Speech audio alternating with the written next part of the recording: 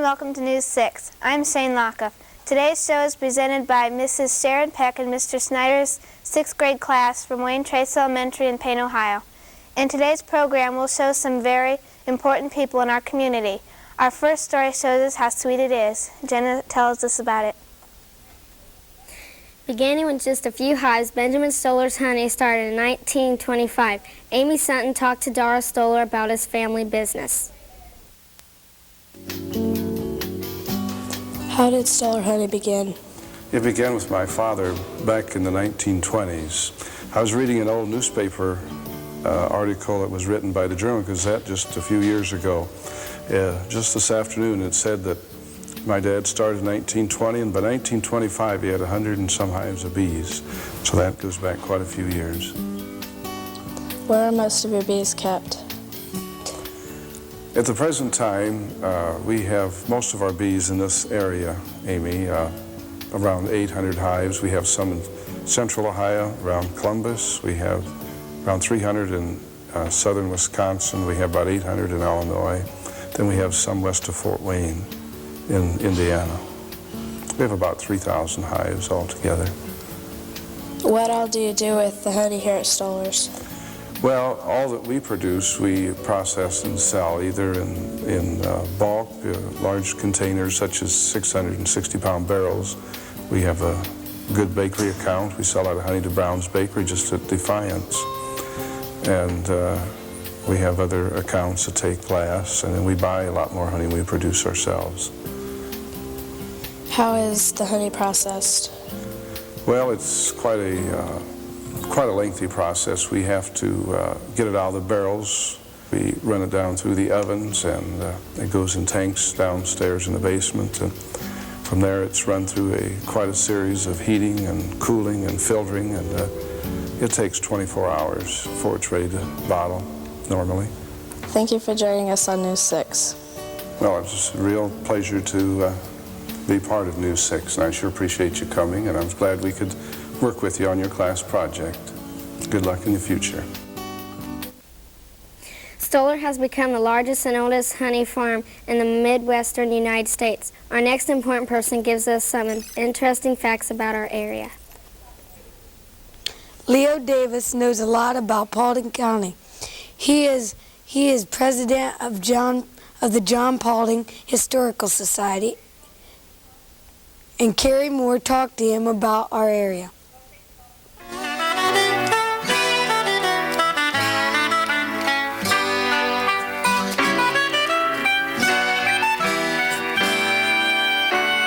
How did the John Paulding Historical Society begin?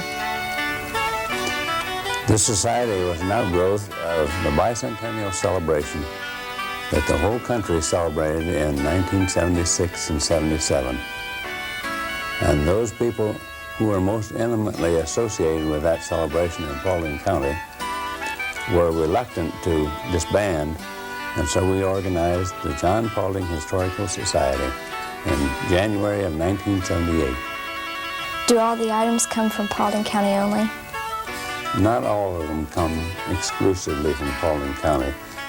If they represent the history of the area, they're acceptable. Are they usually donated? Nearly always. We have very few items that we have purchased.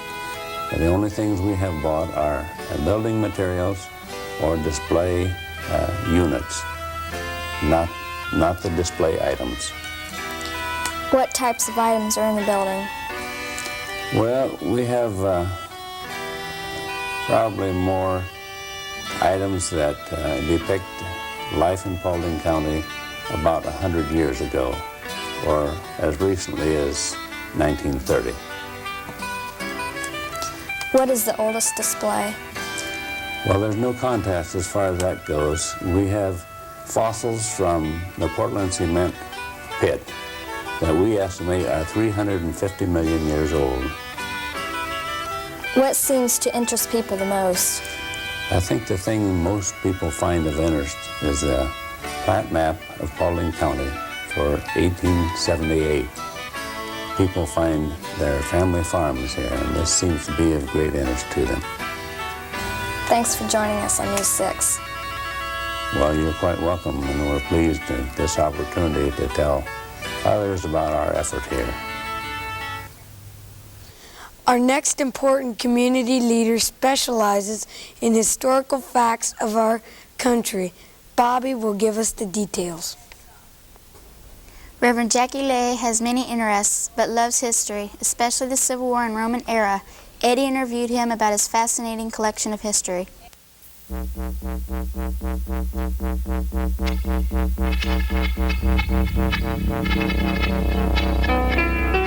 Become interested in this hobby? Well, I became interested in the study of Roman history, Eddie, in the 6th grade, the same grade you are now. I was in the school system of Cincinnati, Ohio, and had ancient history, and got caught up. That was also in the mid-50s, 1950s, which was a time when a lot of Hollywood epics was out, like Quo Vadis and some of the great The Robe and other great movies were being made, and Helen of Troy, and I got caught up in ancient history. But I actually began collecting these figures in 1974 when I moved to a parish called Lynchburg, Ohio. It was when I really started the small figures. The larger ones I began about 1973. What are the times in history that interested you the most? My favorite time of history to study is 100 BC to 100 AD. What is the price range of the figures you buy? Now you've asked a question that gets very tricky. When I started in 1973 and 74, if I may, you could take 4 of these, you could take 12 of these small figures. By the way, Eddie, these are 1-inch high figures, or 25 millimeter. You could take 12 of these for $3. Now in most places you can only get 3 figures for $3. If I was starting today to build this hobby, I would not be able to complete the hobby with as much completeness as I have now. All figures in modeling are based upon a 6-foot-high man, even though the ancient Romans weren't that tall.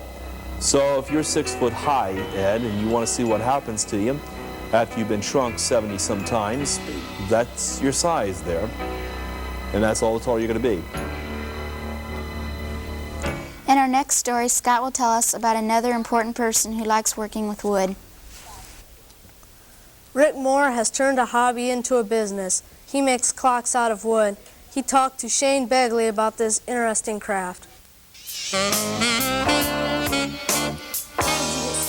Woodworking. I got started in woodworking about 4 years ago. I got interested in making a clock for myself, and I made a clock, and another person has saw it and decided he'd like to have one, so I made him one, and from there it's been a lot of clocks making.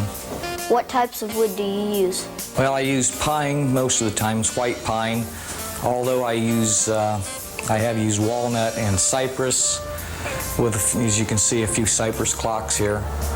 What is the most unusual clock you were asked to make? I think it would be one that was the shape of Michigan. It was had the Upper Peninsula and everything. It took a long time to do, and it was the most difficult one. What is the most expensive clock you ever made? I think the most expensive one was the one I made for a tavern uptown Payne, Ohio here, called Club 49. It had their insignia on it, and it was made with glitter, gold and red glitter, and years ago they used to have a sign in there that said Club 49, and it was made just like that. Mr. Moore will be successful with this business adventure, and we wish him luck. Thank you for joining us. Be here next week when students from Republic Elementary in Republic, Ohio will present News 6. Have a nice week.